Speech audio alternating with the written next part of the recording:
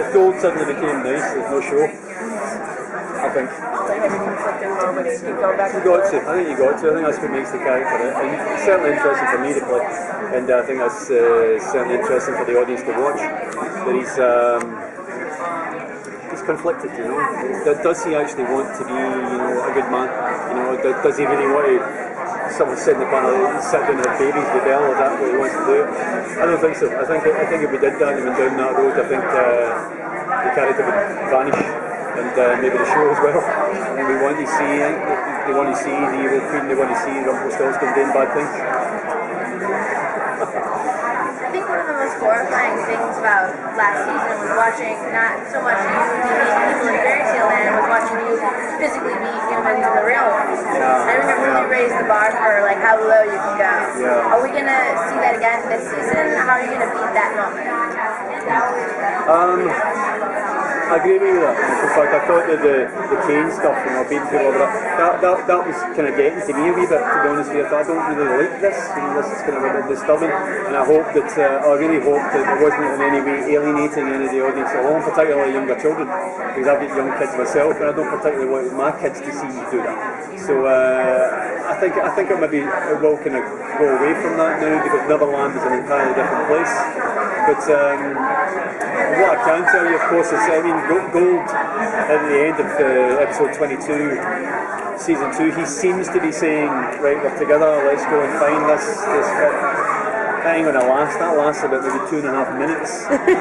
Season 3, when he tells you, well, I didn't actually say that. I had to go back and look at 22 and go, actually, he didn't actually say that. So he's on his own at the beginning of season 3. He's on his own mission now.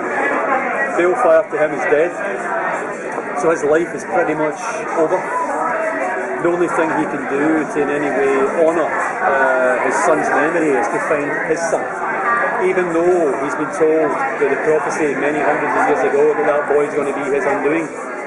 And so at the beginning of season 3 you've got a guy who's in a sense trying to do the right thing now for the first time in many hundreds of years, even if that means his own death, and it might well. How is Mr. Gold going to handle being in a completely different place from now? That's an interesting question. I mean, one thing I can tell you without giving the game away too much is that Rumpelstiltskin and Belle will meet in season 3 and in Neverland.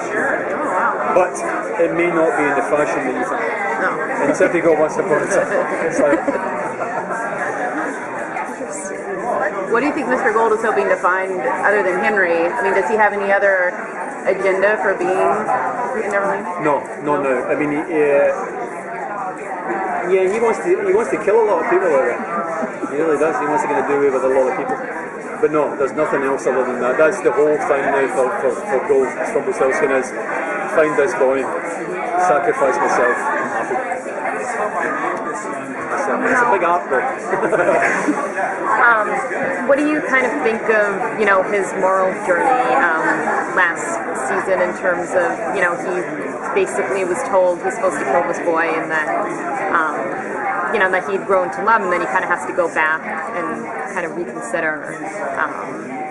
I love it, you know, personally. I think it's great. I mean, from an actor's perspective, it's wonderful to play that, you know, to have so many different kind of conflicting, you know, emotions and opinions. And one of the things, I think, that's one of the things that makes Rocco so interesting is he is quite real. I think probably the realest of the characters, because, I mean, maybe not so obviously dynamically, but people are conflicted. I am sure we all. We all conflicted opinions and thoughts at times in our life.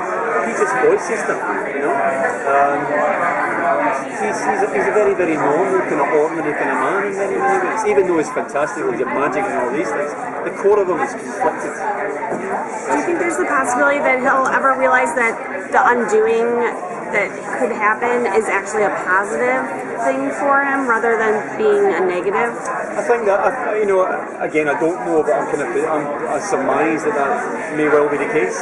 In the end, by the end of this story however long this is going to be. I think that he will understand that and realise that. But I think at the moment, I think if you take away Gold, Rumpel's duplicity and sort of bloodlust, you're taking a big part of the show away. And I don't think that's going to happen anytime soon.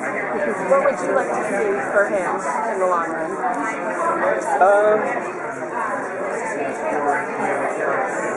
I don't necessarily, that's a good question actually. I really don't know. I genuinely don't know what I would like to see him.